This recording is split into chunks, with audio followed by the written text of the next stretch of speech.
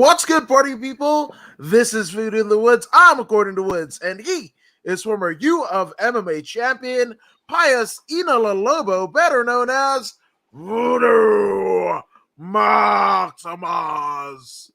And here we go. We are back from a bit of a sabbatical. We got it dialed in, and we are back. We have a UFC fight night. It is former Bellator World Heavyweight Champion Alexander Volkov taking on one Jairzinho Rozenstruik. And this one, again, with the heavyweights, it could be a amazing like knockout CTE City, what have you, or boring snooze fest like the Jesus Christ, I forgot. Derek Lewis and Ngannou, right? That was garbage juice, hot garbage juice. But we're back. We're talking about it. Alex Ramirez saying, "OMG, welcome back. Thank you, sir." What's up, bro? Yeah, man. I hope you loved all of the things combat sport since we've been away. Also, I mean, AEW at the forum, I was there. MGF his pipe bomb promo. Holy shit, there's a lot to fucking talk about. But as you know, before we get into any of that, like really, we got the night started off with the 8-1 Aaron Blansfield against Jj Aldridge, who's an Invicta veteran. This is a flyweight bout. Essentially, Blansfield is cold-blooded. I know you like that moniker. Voodoo Maximus, that is a way of describing that you use quite often here on this show and otherwise. But JJ Aldridge, crazy enough, is not the only Invicta veteran because Blanchfield, also an Invicta veteran who has beat other Invicta veterans, which obviously that would have to happen, but she's done it in the UFC octagon because Miranda Maverick, she just beat. That was back in December of last year. And Miranda Maverick is also an Invicta veteran, right? So there you go, 8-1. Her only loss is to Tracy Cortez, who is going to be fighting not too far from now. Obviously, the significant other of Brian Ortega, but you got to give Tracy Cortez her respect. She is, and a great fighter. I mean, on the road to becoming a great fighter, but even still, we could even say that Brian Ortega is her significant other, so to kind of flip the script a little bit. But yes, that's it. And Alex Ramirez, I'm gonna throw up the Mario Yamasaki's, but he says, believe it or not, it was very lonely not having you two live. I truly am a fan and appreciate the knowledge. Glad you're back. We appreciate you. Thank you for sticking in. We miss you, bro. I'm just saying, we miss you. So obviously the summer's happening, so we're gonna be back into our usual rotation, right? So that is the credentials of one Aaron Blanchfield. But JJ Aldridge, who's 11-4, Jesus man, like JJ Aldridge again, she just screams out to me because like I became a fan of hers, like I do in most Invicta veterans. Like I have to say Invicta is probably my favorite MMA promotion, bar none. The fights are better. I like the commentary team that they kind of switch in and out. Laura Sanko came out of there both as a fighter and as a interviewer / commentator.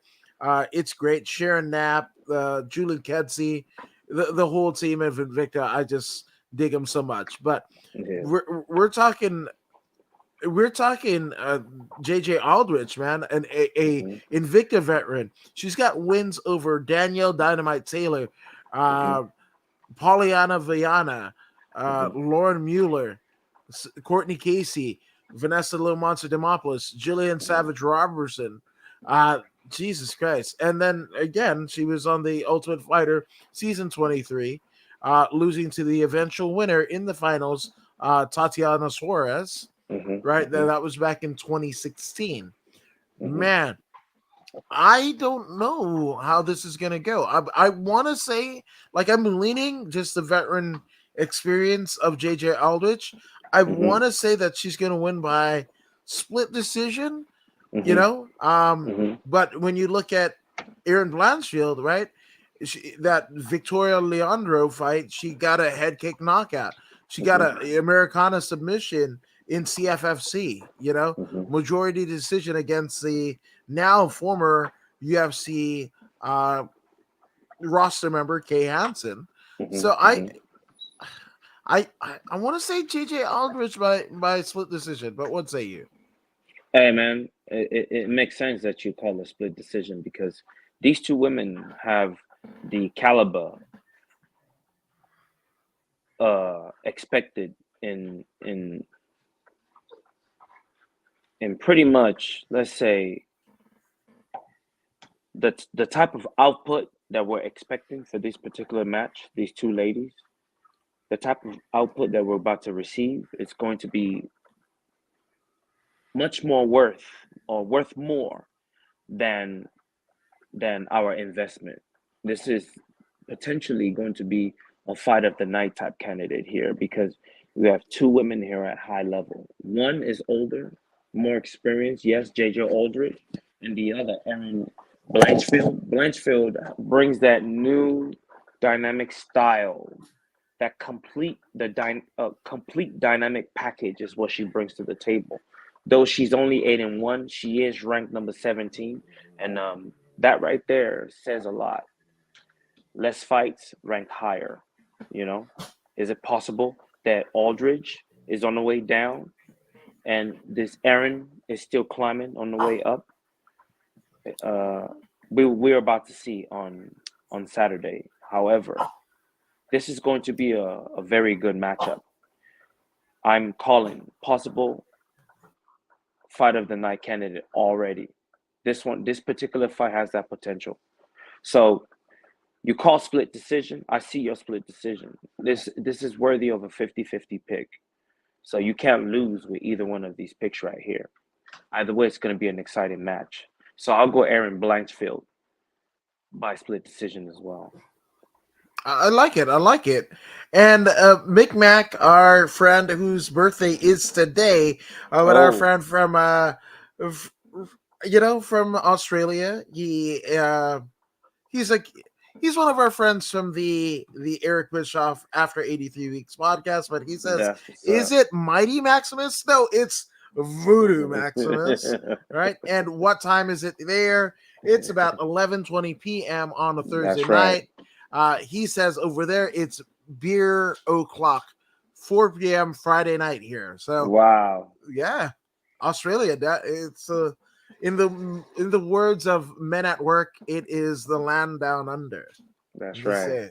So glad to have you here. Hopefully you're watching this from a pub.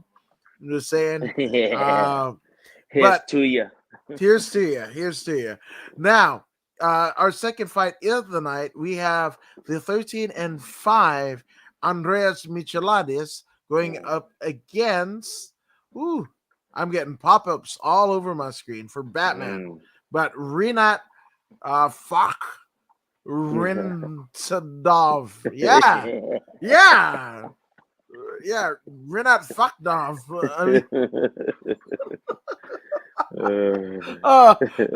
You know what? I'm not. Vito, you want to take a crack at that, bud? Hey, this one right here, even I. No, what's his name? Take a knee to this name. Fakhridniov. That's a tough one, bro. We'll just call him Renat. Yeah, I got Renat. that. Yeah, we will refer to this fella as Renat. Okay. Yeah, so Renat is 20-2. Holy shit, that's an amazing record for somebody who is Moscow. Literally making his UFC debut. Got wins in GFC, Battle on Volga. Wait. Okay. I thought it said Battle of Volva. And I was like, that's a different type of fight, folks. This is a family show, damn it. Yeah, you fought on Battle of the Volva 4, 7, and 9. And Battle for some I shit you not. He beat Kevin Oliver back in 2018 on a show called Battle for Samara. Now, funny enough, my sister's name is, wait for it, Samara. Oh. So I'm all like, is it one of those like, I don't know, like Borat type things where you like you fight and then you get a bride, or I don't know. My fucking my brain went somewhere else. But my goodness, I mean, Renat has KOs, submissions, rear naked chokes, unanimous decision. Every way there is to win, this guy has won, right? Yep. But on the other side of the docket, right, is a tough Andreas Micheladas, right? The Spartan. We have the Gladiator versus the Spartan. Gladiator in Renat and Spartan in Micheladas, right? So Micheladas made his UFC debut in 2020 against my favorite name fighter, Modestas Bukakas, or as I like to say, Modelo Bukaki. But he lost that fight, basically beat KB Bueller on a unanimous decision, but then lost. You remember that? He got flying knee KO'd by Piera, and it changed his fucking life.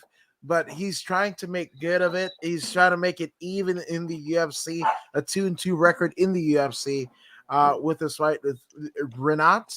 But Jesus Christ, Renat is a damn, I don't know, fucking RoboCop or some shit like that. This dude might be half cyborg, man. I'm going with Renat. Yeah. It's like that song goes. What we've got here is failure to understand that ass whooping is coming. Renat is going to go in there. He's going to deliver a devastating blow to Andre Michelate. Michelate will be out of there in no time. The UFC, the UFC is really not being nice to this Michelate fella. First of all, you throw him at Pereira. Pereira blasts him with that super scissor flying knee, blasts his head right off his shoulders. Now you throw him in there against this guy. This guy's worst. He's worse than Pereira. Pereira is a scientific killer on his feet, but this guy right here brings the ground element to it. So you know that you're gonna be seeing a whole lot of Dagestani handcuffs and dominant position and striking and that fence work, that grinding, you know. So I don't see Michelate with his Brazilian Jiu-Jitsu doing anything. You folks, I'm going for Renat as well, man. Michelate. Yeah. Folks, if you guys didn't already notice it, I don't know. This is the master linguist that Voodoo Maximus says. He found a different way to say Micheladas' fucking name all the 7 times. Michelada, Micheladis, Michelachi.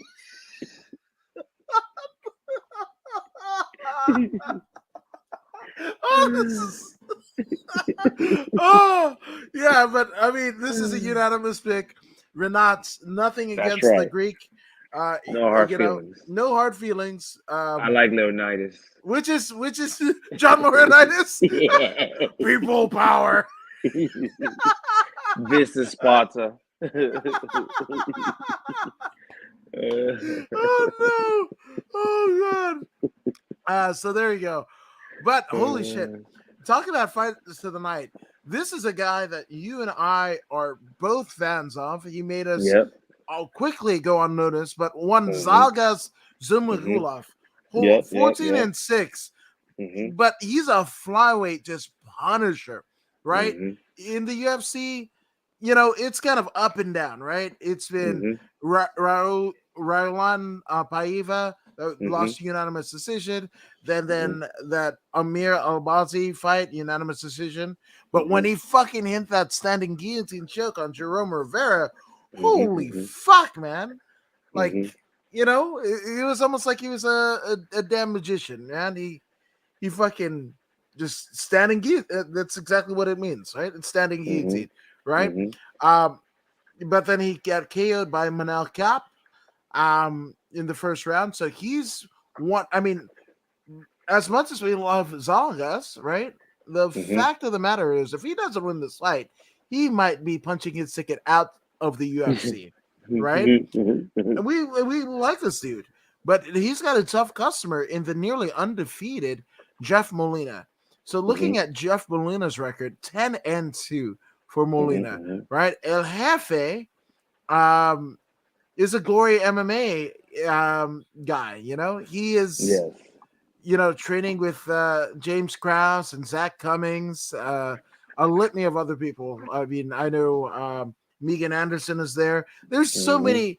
I mean, what those two have done, right? In Zach Cummings and Jesus, I just said his name. Why am I fucking blanking on his name? God damn it! But Glory MMA, right? Yeah. That's a pretty fucking big gym. They're becoming a powerhouse. Literally the only two times that he lost was at the beginning of his career.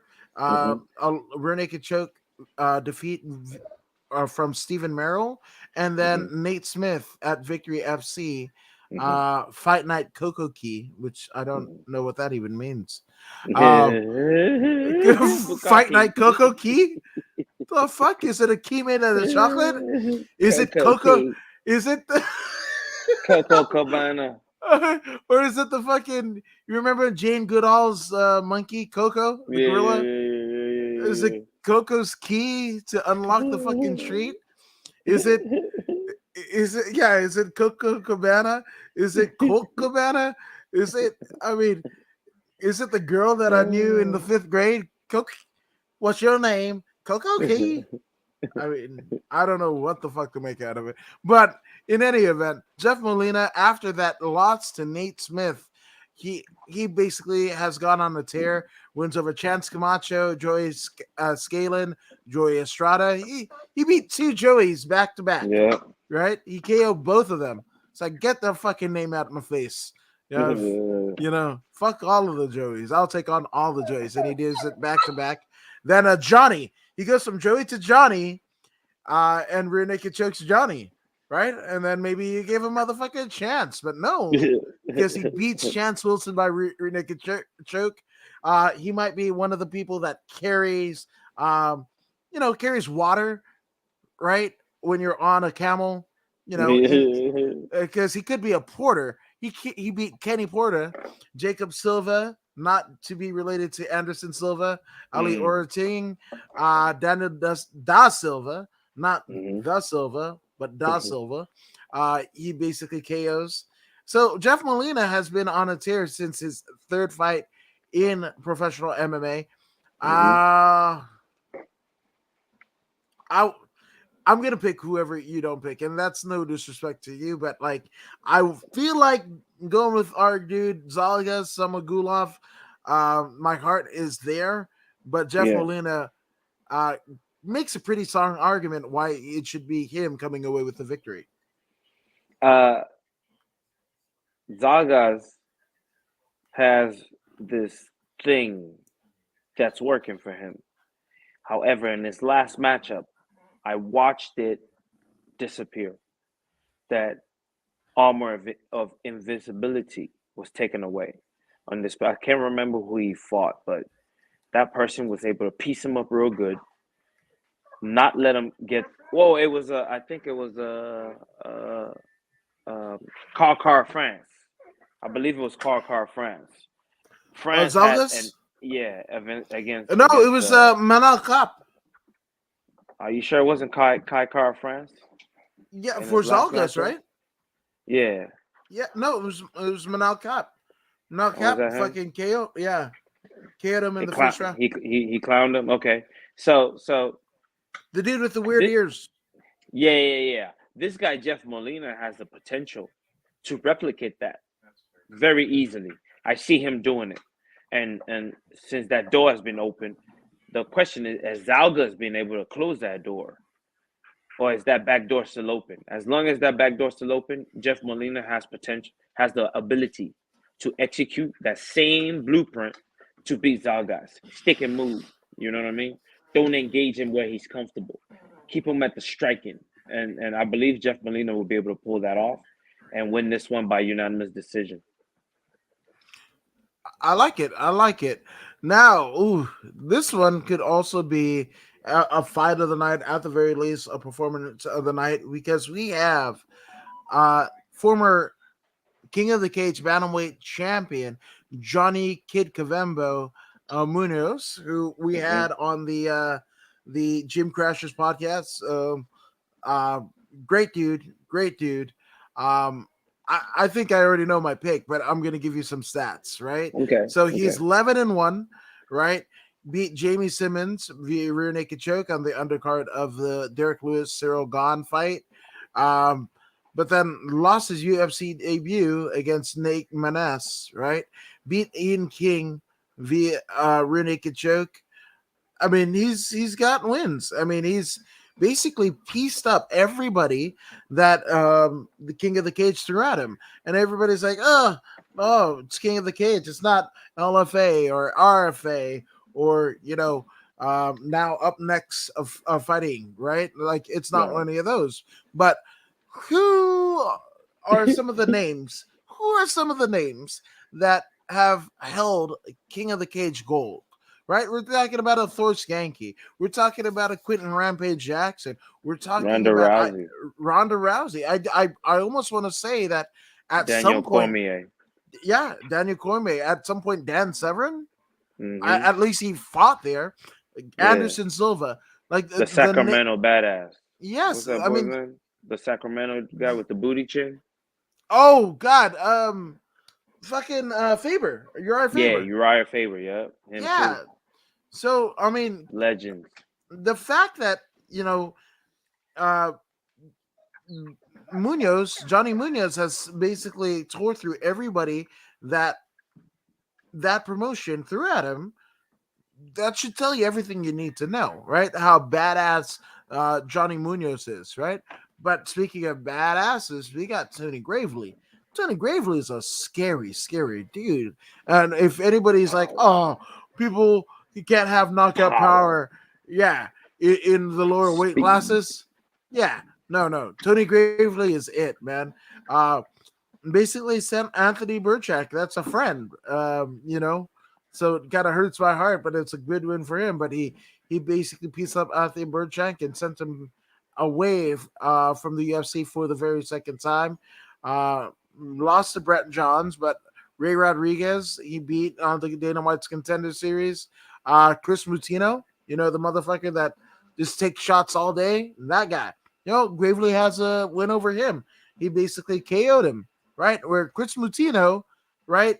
His whole gimmick when he came to the UFC is he just eats shots, and what have you. And that's what kept him in the UFC for as long or as little as he was in there, right? Well, Tony Gravely knocked Chris Mutino out. He's got wins over Draco Rodriguez, was in there with former Bellator champion Patchy Mix. Yeah. He's got some Manny Bermudez and Cage Titans. Now that might have been an aging Manny Bermudez back in 2017, but still that's a win over a name. The Machine, Davos Lashivi.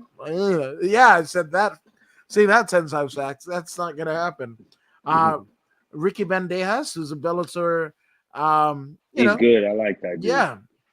So Jesus, Gravely's got some wins and wins over some notables, man. So I've been in a studio with Johnny Munoz. I've know how much he commits to the game. He's training with Cub Swanson and all those guys at Team Rain. Jesus Christ, like I'm going Johnny Munoz. Just on general premise, but if Tony Gravely wins by KO, I wouldn't be surprised either. Yeah. Uh, this one calls for another 50-50 split. Uh, Johnny Munoz doing really well right now. Only seeing one loss in 12 fights. That's not bad odds at all. Uh, or stats, I should say. Not bad stats at all. Tony Gravely, uh, much more deeper in experience. 7 losses. He's experienced the lows and the highs. So now he should be kicking into his next gear. Um, Johnny Munoz definitely worthy of getting picked, but Tony Gravely uh, also deserving. So this will be a 50-50 coin flip. I'll go Gravely on this one to see, you know, we could see a type of split decision type victory or a possible flash knockout. By the way, Gravely. Yeah, yeah. No, and I actually, if Munoz doesn't win, it's probably going to be because a Tony Gravely knockout happened first, Mm-hmm. and I don't want that for a dude who I've interviewed. But Jesus Christ, Tony Gravely is scary. He's the He's monster under formidable. your bed. He's your Yeah. monster under your bed. He's the fucking one in the closet that's lurking and looking to capitalize on everything that you thought you knew, but you had no Mm-hmm. idea. Like that's Tony Mm-hmm. Gravely. So there you go. Now going up, we've got Benoit St Dennis. That's a weird one Mm-hmm. to say.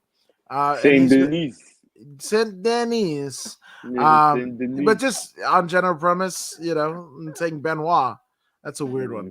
But the God of Mm-hmm. War, which doesn't make it any better, Benoit. Jesus Christ. Good God.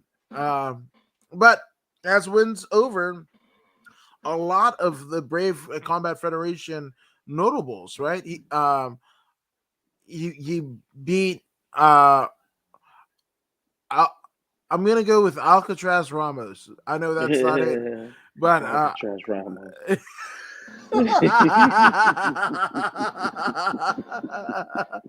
it's our Arkites. It's even better. Arkites Ramos, right? In Brave Combat Federation. That was his last fight for that promotion. But he's got wins over uh, Invika Trusik. Jesus Christ, man. Uh, these names. But Invika Chusik by Nibar, Mario Said, KO, Luan Santiago, arm triangle choke over Catrice Ramos. But he loses his UFC debut on the undercard of Jan Blachowicz, Glover Teixeira, better known as UFC 267. He lost the debut via unanimous decision. So, um, on the other side, we've got the German, the Green Mass, Nicolas Stoltz. Now, Nicolas, 12-5, has Green essentially mask. come up on the losing end of every time he's been in the octagon, which at this point is skew. Losing to Ramzan Emev and Jared Gooden. The Emev, he loses by unanimous decision and then gets KO'd by right cross to Jared Gooden in the very first round. But before that, he was fighting in Nova FC, A Star Is Born, where he beat Omar Jesus Santana via unanimous decision, beat Christian Drexler by KO. Jan Janka, which I love that name. Jan Janka, right? I don't know why I love that name, but I just love it. But he has a win over Jan Janka. Yeah, dude, he's been in there. So I'm gonna go with the Green Mass, Nicholas Lotz. Uh, this is also another close matchup, but looking at the experience factor here, it makes sense to go Stolze, Nicholas Stolze makes sense, But this other fella, Benoit, he's number 88 right now. So it will be a nice, good jump for Nicholas if he's able to get this win. He's gonna have to come out and really put it on the line so he can secure a nice striking point platform to propel him into the next stratosphere. But I'm also gonna go with Nicholas on this one, man. All eyes points to Nicholas based on experience. It's just the coincidence that he's at 124. He's quickly on the rise, and this is a match I believe he can win. No, 100%. I agree with you 100%. The good brother Shane Husky of the Roundtable Pro Wrestling Podcast that's streaming just like this on the BodySlam.net network. I said, what up, good brother? Too sweet me, bro. Too sweet me. Yeah. And also he just launched his YouTube channel. So you guys definitely want to check that out. He's got a lot of great streaming gaming content. One of the best in the game, probably the best in the game. So I'm just saying, shout out to him, but also shout out to you because yes, it was Benoit St Dennis, but you almost gave him a completely new name, and I love it. Benoit. That sounds about right. Benoit. That could be a creative fighter in the new UFC video game, but that's it. But yeah, this is a unanimous pick. We're going with Nicholas Stolze for the win. Right. Now, this is an interesting one. We have Damon Jackson, the Leech. Damon Jackson, 24-1, fighting out of Fortress MMA, right? He's been in the UFC since actually, this is crazy because he is one of the only people that I know on the active roster that was both not just both, but like multiple times, a Bellator veteran, a Legacy FC, which is the precursor to LFA, Bellator, PFL veteran. This dude has literally fought everywhere. Like everywhere. Bellator 96, Legacy FC 24, like King of the Cage. Like all of the linchpin, legacy feeder systems to the UFC. Mm-hmm. This is the Leech has been there.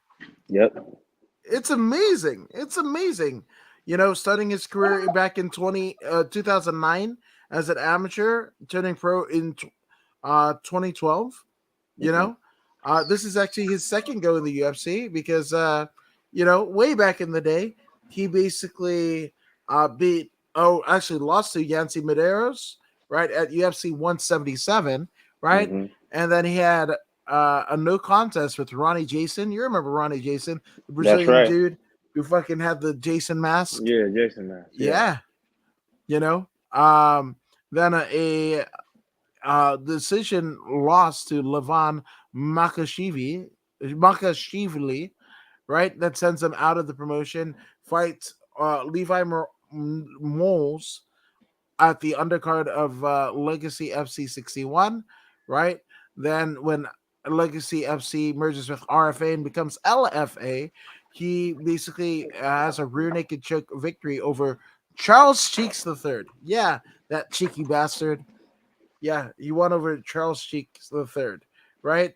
Now, in his second run with the UFC, he's doing a little bit better, right? Unfortunately, I shouldn't say unfortunately, but he basically wins via guillotine choke over Mursad Bektik, that one that fought Darren Damage Elkins at UFC 209, which is one of the craziest fights I've ever seen live. Rogan talks about it. That shit is amazing, right? Yeah. But then loses to Ilia Topuria, gets KO'd there. But then a unanimous decision win over Charles Rosa and arm triangle choke over Kamuela Kirk, right? Mm-hmm. Mm-hmm. Now, I say all that to say is he's facing another LFA veteran, Daniel Argueta. And with Argueta, he's undefeated. Is the determined Daniel Argetta, but he is a Jackson Winklejohn pupil.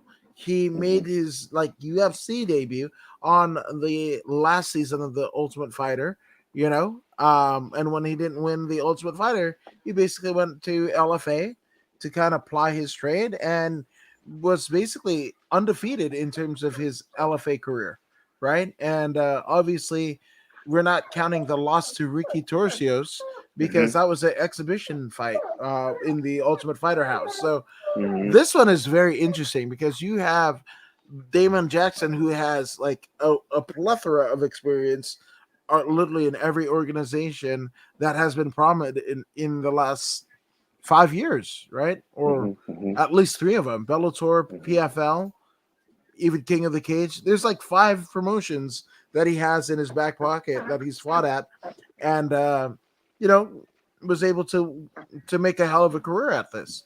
But then you've got Argetta, who's undefeated, and don't fix what ain't broke. So Mm-hmm. Jesus Christ, I really want your take on it because Okay. I'm torn. I'm very Th- torn. this one right here. Um, I normally we wouldn't go against perfection, but this one right here, a couple of things strike out at me. Damon Jackson is in the featherweight division, and Daniel is in the bantamweight division. That size difference is going to be huge and significant. Significant because Damon Jackson is a complete fighter. You want jujitsu, he's got jujitsu for you. You want transitions, he's got transitions for you. You want to strike, he can hang in there with you. So this is a very difficult fight. I see this fight being handled in a grappling department. Daniel is a wrestler. He is, he's decent, decent wrestler, if not very, very awesome wrestler. But this isn't wrestling. That changes the game a little bit, evens things out a little bit, just a little bit, right? And I believe in that balance, Damon Jackson will be able to keep up with his wrestling and utilize his jiu-jitsu really well. I wouldn't be surprised if there's a Damon Jackson submission in this particular matchup, but I do believe that Damon Jackson has the ability to steal the rounds as necessary, and worst case scenario, win by split decision. He knows how to win. He's had many fights. I think this would be either way a win-win situation for Daniel. Even if he is to win or lose, the losing he would learn from the loss because he'll be going against a high caliber fighter at an early age in his development. So I'm gonna go with Damon Jackson either way. I think he knows too much to lose to a young undefeated fighter. So I'm going Damon Jackson. Jackson, no worse than a split decision. I'm gonna agree 100%. That's a pretty good argument. Yeah, I'm definitely going there. Which, by the way, Shane, he wanted to know something, right? He Hmm. was like, "Wait, did I hear a name of a person who shall not be named?" But Shane, I will uh, allow me to kind of explain. There is a Okay. guy whose name is literally Benoit. His first name is Hmm. Benoit Oh, right, St right, Dennis, right? right, So there it is. Just so you know, I'm not pulling this shit out of my ass. There's a pop up for HBO, but there you go. Benoit St Dennis is the God of War, right. and that's Benoit. yeah, yeah. So that's that's that guy. Now on to other things, right? We have the this is a crazy one. We've got Joe Salecki, right? Hmm. 11-3 against Hmm. Alex da Silva, who was Hmm. in somebody else's like win loss rankings record. But Salecki 11-3. Um, the last time that we saw him in the octagon was a unanimous decision win over. Actually, I'm sorry, I correct that. He has a unanimous decision win over Jim Miller That's amazing because Jim Miller is a badass still in his mid 40s, right? Yes. But the last time that we saw him was a split decision loss to Jared Gordon, right? He's got wins over Austin Hubbard, Matt Winham, yeah, and I think there's and Andrew Chirico. I think those are the notable names in Joe Salecki's past. But on the other side of the octagon stands the 21-3 Alex da Silva, right?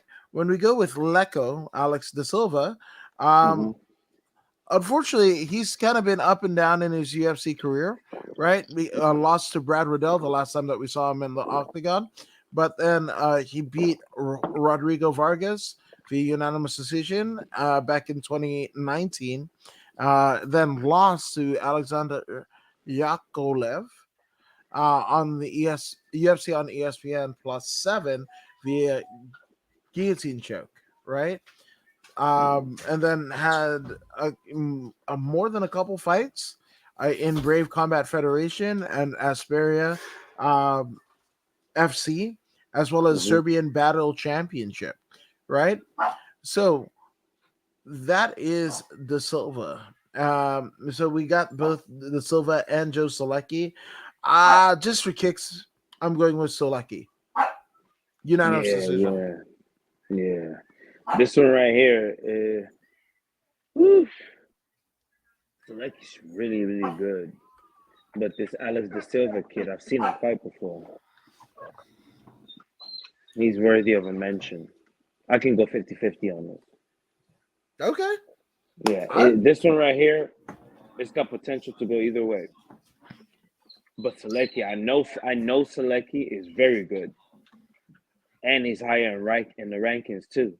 But da Silva, I've seen him fight before. Yeah, there's something there that's gonna make for a great competition.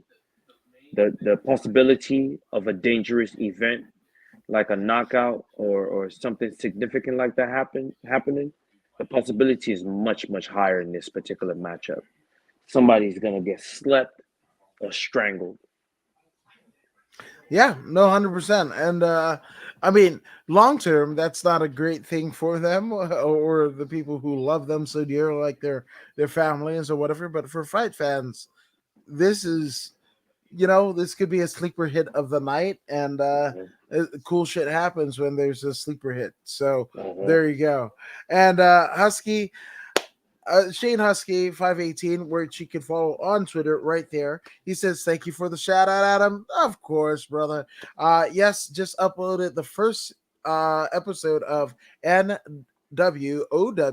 episode 1, where we crowned our first of everything from new champions to first ever contenders and champions. So giving you a little bit of what you'll see if you subscribe both through the Twitch stream as well as the YouTube channel. So go ahead and follow Shane Husky. Go ahead and follow him in general so you can get the link tree of all of the stuff that he's involved in. That's right. Shout out to you, Shane, our compatriot over here at bodyslam.net. And speaking of compatriots and the Roundtable Pro Wrestling Podcast, we have BJ Darden. Shout out to my boy Adam Woods. Shout out to you, BJ Darden. You are the real MVP. Maybe related to Christopher Darden. I won't confirm nor deny that. Yes. And okay, so it's okay to mention that Benoit, that Benoit, that's literally his first name. You might have to talk to Mr. and Mrs. St. Dennis about naming their kid. I'm just saying. But they are French Canadian. Benoit, come here, Benoit. Come here, quickly, Benoit. Yeah. So that Benoit. The UFC Benoit, but not the WWE, former ECW, former WCW guy. Got it. CTE. Yeah, man. CTE.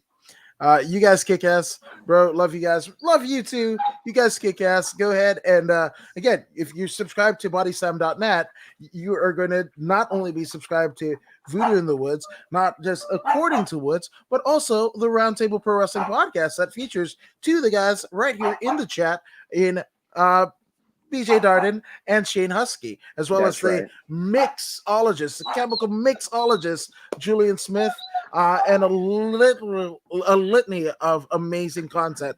That's Anissa right. Barr is producing stuff.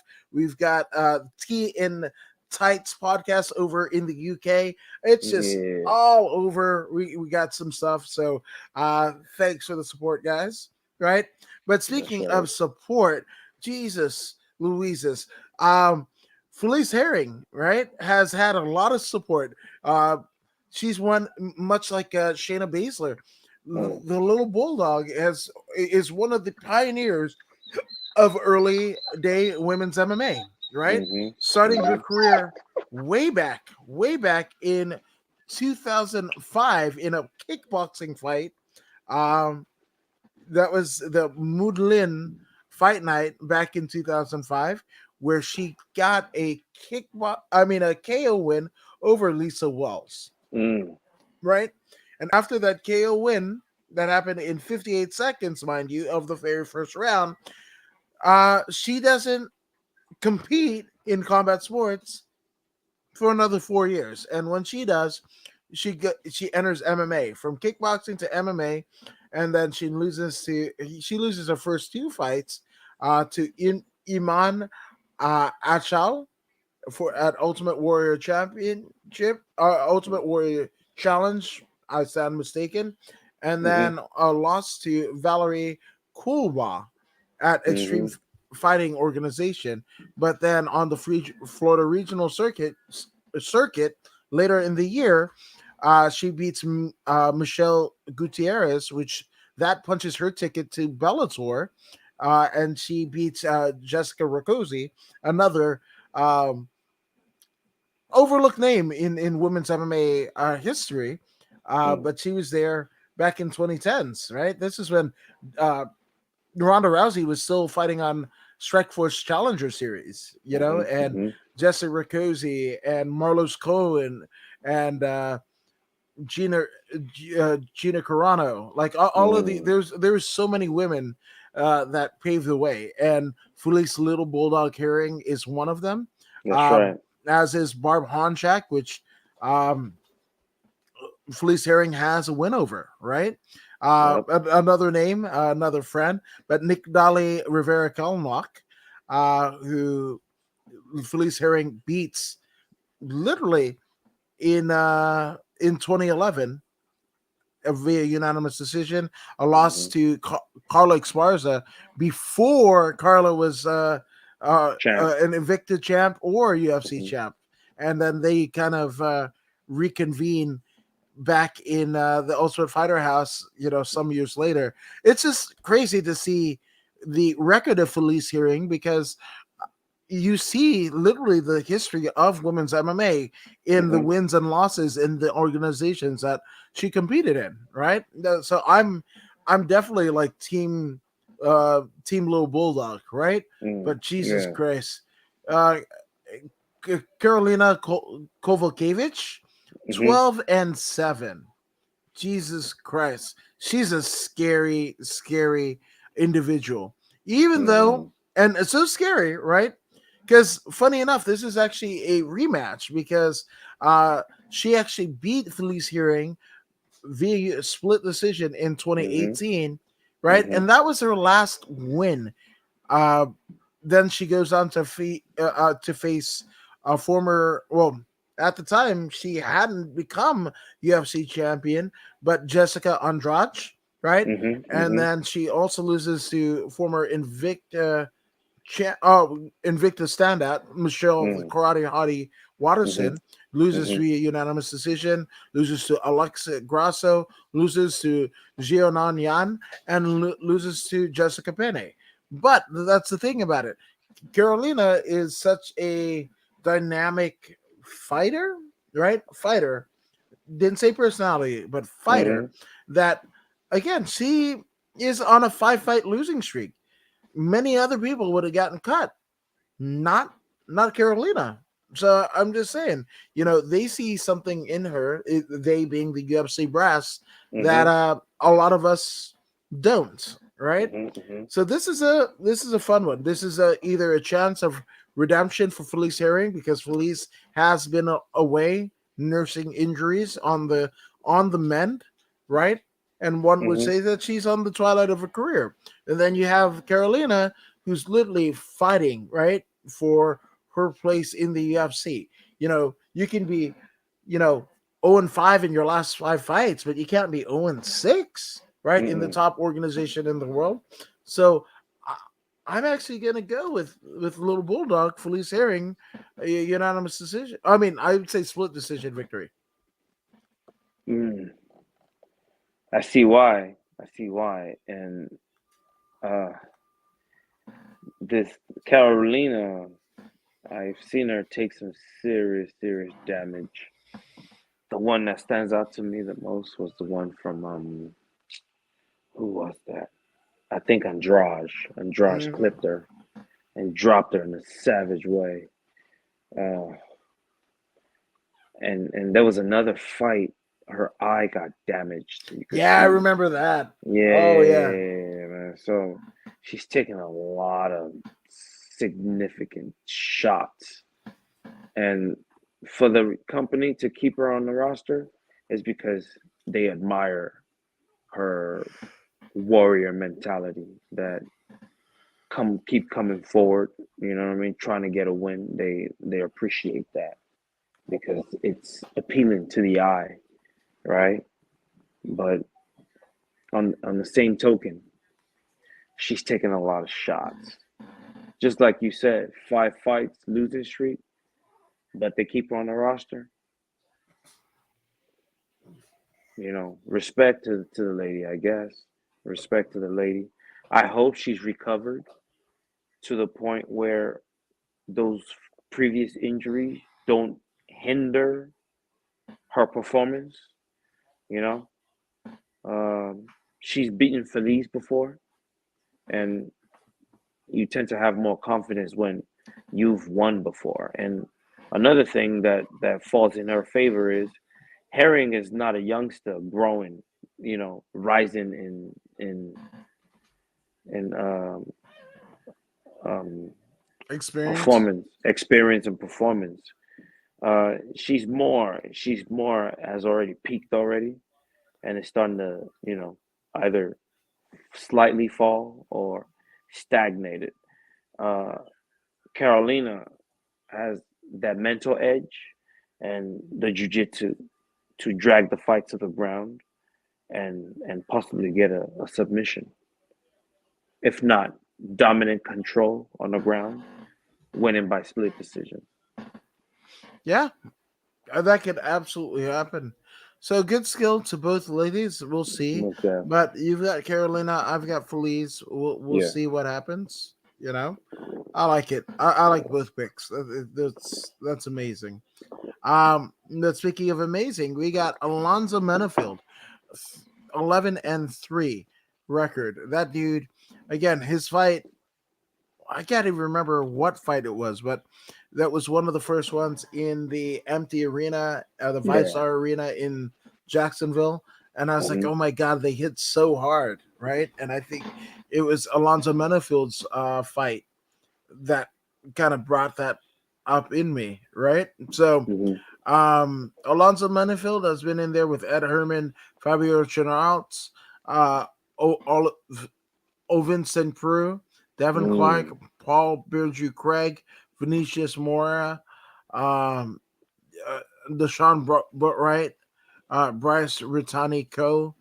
He's just been in there with a lot of people, and he Straight makes up. his UFC. I mean, I'm sorry, pro MMA career at Bellator 146. He makes his. You've fought pro. You know how nerve wracking that is, and It's then crazy. you have your fight, your Hmm. debut, professional fight in Damn. Bellator, the second biggest MMA promotion in the world. That's Damn. got some stone. So shout out to Ooh. Alonzo, right? That's right. Now on the other side we have Askar Mozharov, right? Hmm. And Askar, we're gonna ask him about his own record. So this should be good. But he's 19-12 is no mercy, right? A champion of a different organization, but he just fought in the bare knuckle extreme. Uh, yeah, BYB Extreme Fight Series, which is a three three-sided, right? Uh, it's a three-sided ring, right? It looks like a triangle, right? Mm-hmm. And in this triangle of death, he basically puts down Victor Jones, right? Um, he's been in there with Fabrice Dagand, right? Mm-hmm. I say all that to say is, Alonzo Manifield has. I mean, I'm sorry. Um, what's his face? Oscar Mozarov, No Mm-hmm. Mercy, has No kind of mercy. fought his way through all of the contenders that you know every promoter not in the UFC put him in, and he came out with flying colors because he's a tenured vet of nearly Mm-hmm. 40 fights, man, starting Mm-hmm. his career way back in 2013. My goodness, right? So I'm gonna go Alonzo Manifield by KO. Mm-hmm. This fella here, it seems he's a Muay Thai artist. Started in 2013. Now we're in 2022. He's he's doing bare knuckle fighting. Um,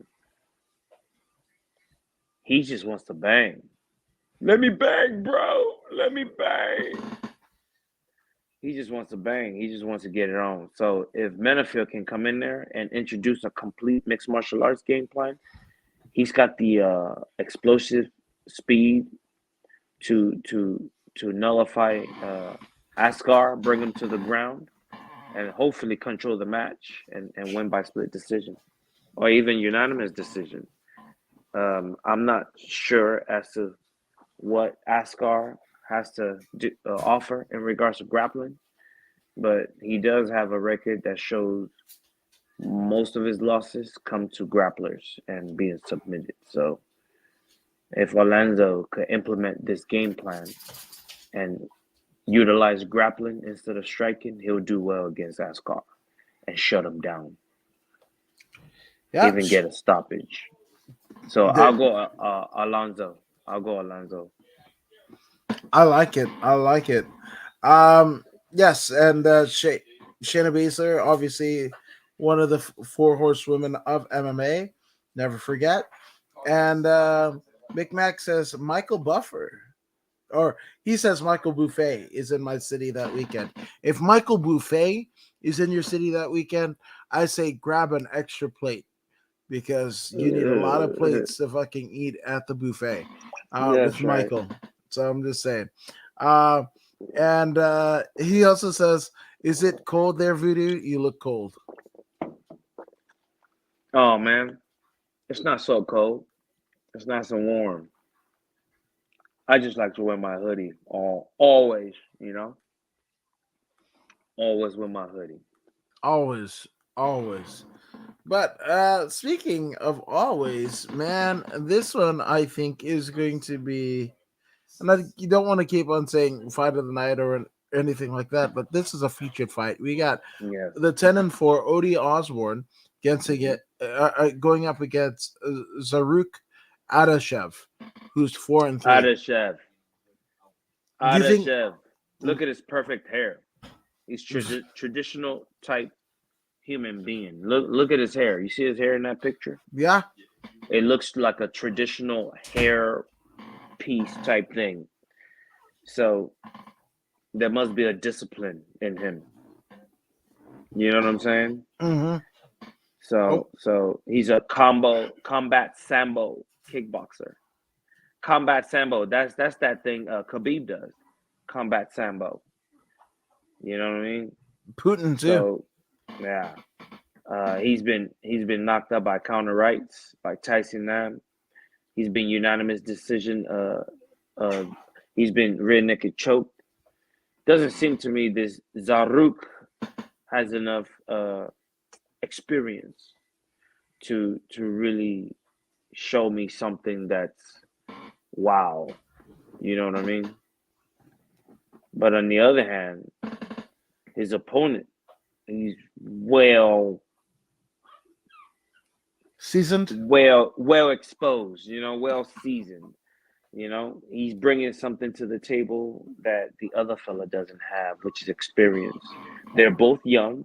If they both execute, there's a higher probability that Ode will find something before his opponent. So I'm going with Mr. Ode Osborne to win this one by split decision. But a good match. Yeah, no, 100%. I love it. Voodoo in the Woods is the best place for the UFC and MMA content. You better Thank believe you. it. There you go, Mario Yamasakis. I That. appreciate you saying. Now, we're going up in the card. We're going up. We got Poliana Botello 8-4 against the 14-4. Botello. Yeah, Korean Botello. Korean Killer Silva. I remember her. Yes. Rocking the Iron Woman. I'm sorry, the Wonder Woman spats. Yeah, that's But right. this is actually her UFC debut in Karen Silva because the first time that we saw her in any octagon was on Dana White's Contender Series last year, where she beats Kui Yang, right? Now, she faces the always game, Poliana Botello. Botello 8-4. Her record doesn't really doesn't how do you say define her Right, fight ability right, because right. it seems like she's all over the place. Wins Mm-hmm, over Pearl Gonzalez, Suri Kondo, right? But then mm-hmm, losses to Cynthia Calvillo, Julian Robertson, and Luana Carolina, right? And she's on a 2-fight losing streak. Is Botello, right? mm-hmm, mm-hmm, But that doesn't mean that she's not adept in MMA. You see Poliana Botello on the street and want to do horrible things, right? She's gonna mm-hmm, kick your fucking ass as well as she should, right? mm-hmm. But then the experience factor in Korean Silva, Jesus Louises, 14-4. I'm going to go with Korean Silva. Me too, man. This one's simple. Corinne Silva is a savage. Straight savage. Straight murderer. She comes to execute, and that's all that matters.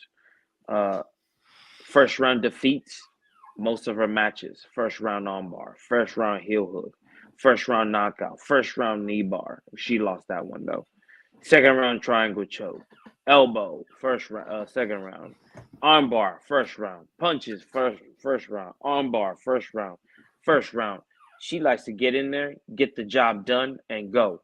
It's kind of like that movie, Menace to Society. He was like, "Hey man, let's get up in there, buck these suckers, and you know what I'm saying, and get the heck out of there." So she likes to get in there, get it done, and get out.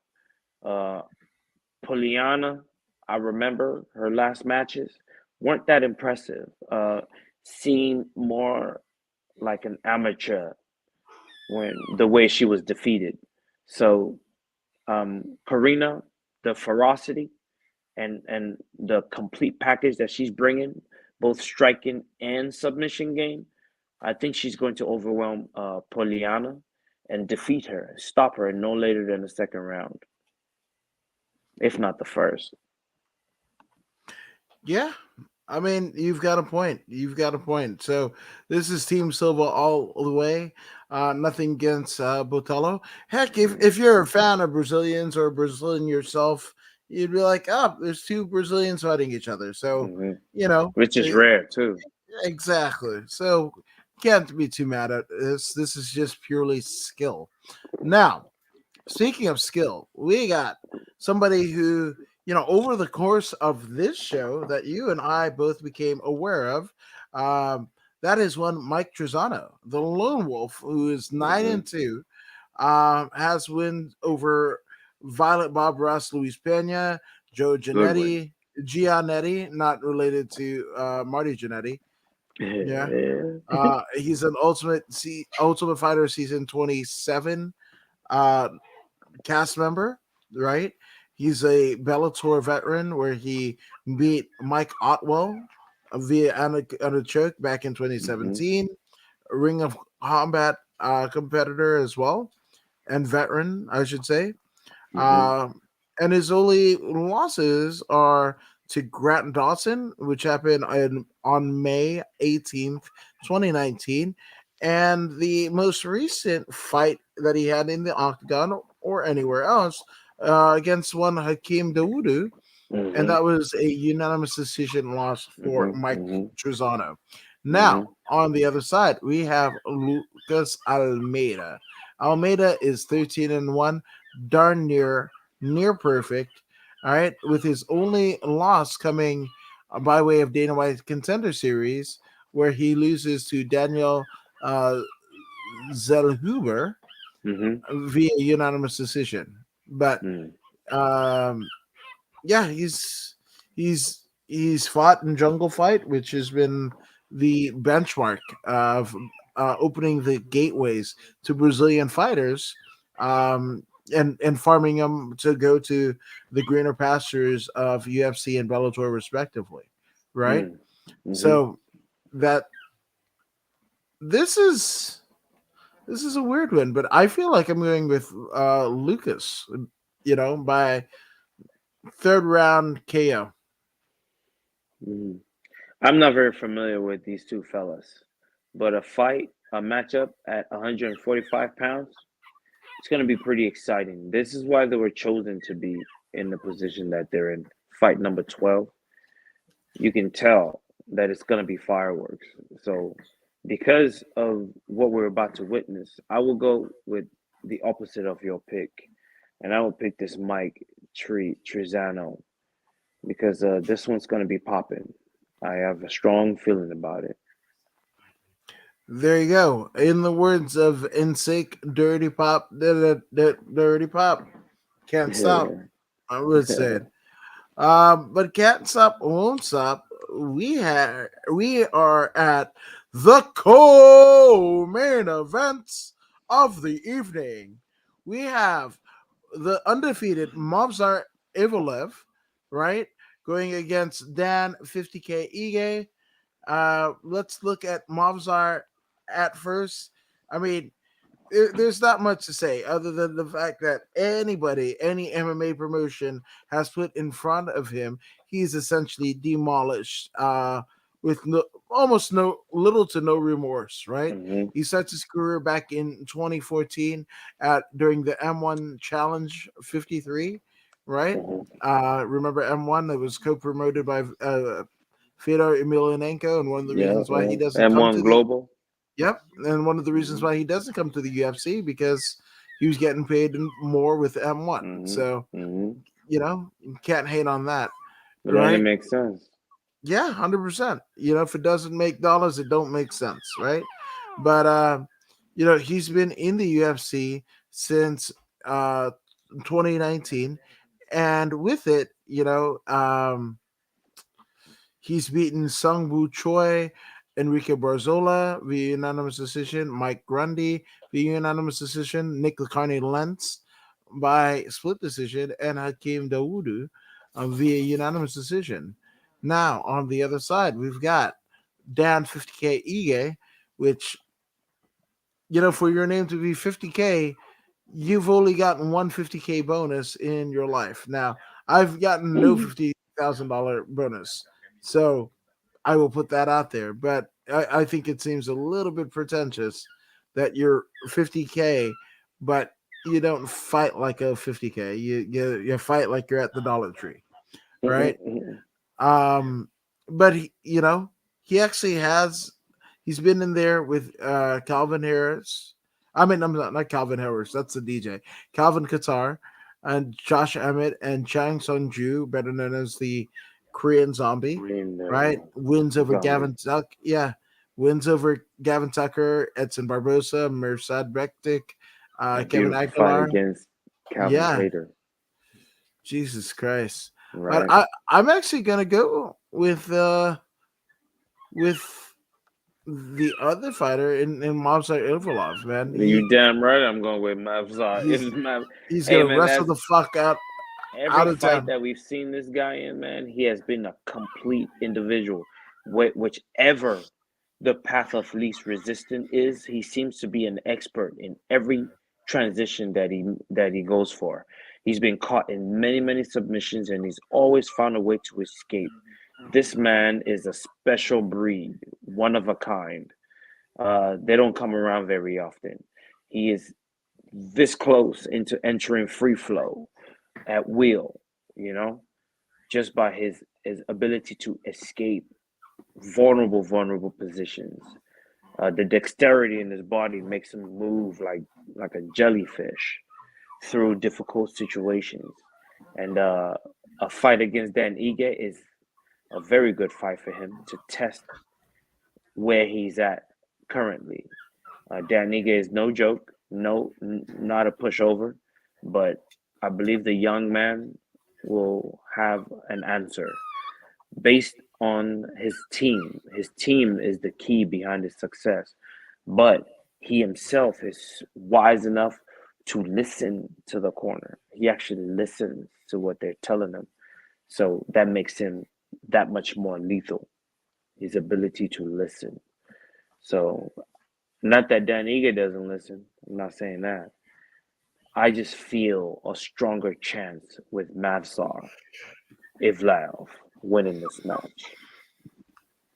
Yeah, that's all you got to say about that, man. He's a different breed. He's a different breed, which you so eloquently detailed. So we are at the main events of the evening, and we got some big boys. Actually, we got one biggie boy. We got Ooh. biggie boy Jorginho Rozenstruik, right? Who has been a monster until he's not a monster. Mm. 12-3 is his record, right? For Biggie Boy. Mm-hmm. But Jesus Christ, like when he wins, it's amazing, right? We're talking about that right cross to Alistair Overeem, that split Overeem's lip wide open, and Overeem was winning that fight. You Mm-hmm. know, KO's Andre Arlovsky, you know, Mm-hmm. KO's Alan Crowder. Uh, oh gosh, um, Mm. you got KO's Junior Albini. He's actually a risen vet too. He's been in there against Andrei Kovalev in Risen 10 back in 2018. This dude's a monster, man. But so to it, his opponent of this night is former Bellator World Heavyweight Champion Alexander Volkov, and That's right. Alexander Drago Volkov is 34-10. This most recent outing in the octagon saw him lose to Tom Aspinall, but it's Tom fucking Aspinall. Mm-hmm. Somebody who's basically cut his teeth in the UFC during the era of COVID, right? That's right. That's right. Um, but he being Volkov beat Marcin Tybura via unanimous decision, loses to Cyril Gahn in Gahn's campaign to the UFC heavyweight title, right? Right. Beat Alistair Overeem via right Exploded cross. his lip. Yep, absolutely. Jesus Christ. I'm going Rozenstruik.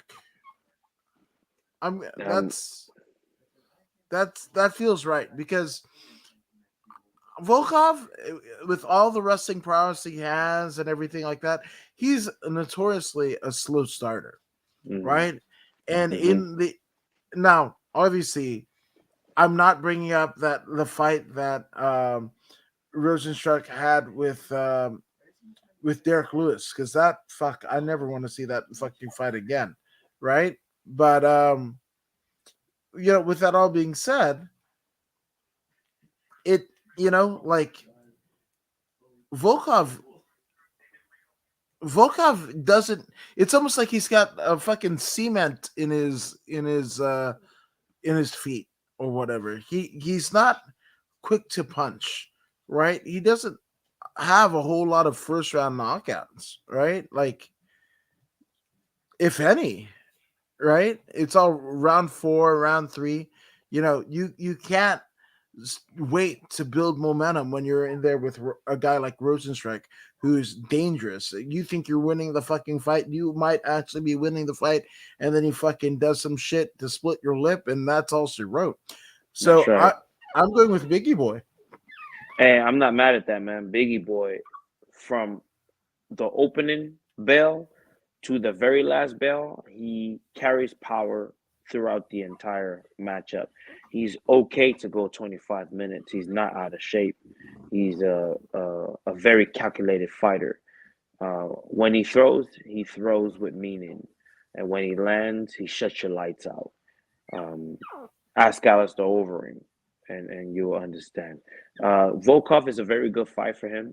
Volkov is a taller fighter. He knows how to kick and punch, but I do not know if he is still a kicker. I know he's a puncher, but I'm not sure if he is still a kicker. And what's his wrestling like? Wrestling for a big fella like this, going up against someone shorter. How much lower will he be required to go to secure the takedown? And what's that doing to him? I'm not sold on his grappling. I'm not sold. Even though he's won by submission before. I don't know. I don't know if he'll be able to control these positions against Rozenstruik. I'm not sure. Which is gonna put him in the situation where he will have to face firing squad.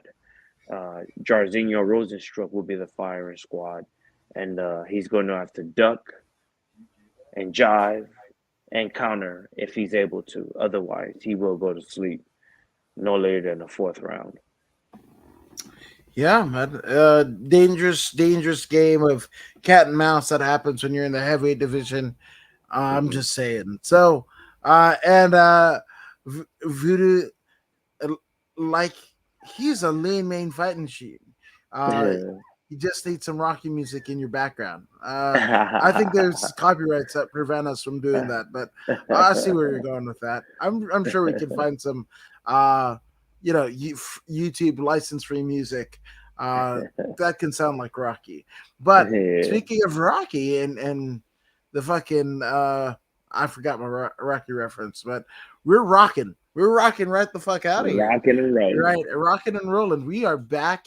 And again, if you want more Voodoo and the Woods, again, you can go on the According to Woods YouTube channel. You could go on the According to Woods Facebook channel. You could go to the Yep. Voodoo in the Woods Facebook and YouTube channels, as well as the bodyslam.net the streaming services, and find Voodoo in the Woods along with a lot of other great combat sports just content, man. We were fucking bringing it to you. And yes, boo copyrights, 100% Shane. So again, Voodoo, in between shows, for them to figure out what you're doing, what your badass kids are doing in all of their athletic endeavors. You're literally, uh, raising prince cyborgs. That's what I feel like they are. They're cyborgs that run through anything, but they're princes. But to see everything that you guys are doing, where can they find you on the socials? Oh, definitely look up Voodoo Maximus, and I'm there. Say my name 5 times in the mirror, and I pop out. Voodoo Maximus. Voodoo Maximus. See, YouTube Voodoo Maximus, Instagram Voodoo Maximus, Facebook page Voodoo Maximus, Twitter Voodoo Maximus, and these are the primary ones that I use. Uh, like, share, subscribe. You know what I'm saying? Catch us on the next one. Yes, absolutely.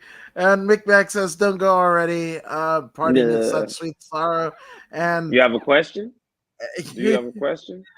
you don't want to tempt him. You should have seen the Yeah. shit that he pulled on Bishop's podcast. Not just today, but every day. Look in the comments. You'll find Mick Mac and his jokes. Here we go. This is Prime Mick Mac. He says that I am his 4th favorite Fijian. Hey man, you're a top fiver. I mean, But the other ones are probably like VJ Singh. You're probably like Indo Fijians and get me all hot and bothered. But uh, speaking about ways to get hot and bothered, you can follow me and subscribe to me according to Woods across the board. The Facebook, YouTube, Twitch, and Twitter is where you'll That's find right. the principal podcasts, as well as bodyslam.net, where Voodoo in the Woods is. According to Woods, you shall soon see there. Yeah, and the social medias, Twitter, Facebook, and Instagram, according to Woods. When I'm not doing podcasts, it's dumb shit memes for your enjoyment. Mm. So there you go. Until Sunday, because we're wrapping this some bitch right back up like we do always. Mm-hmm.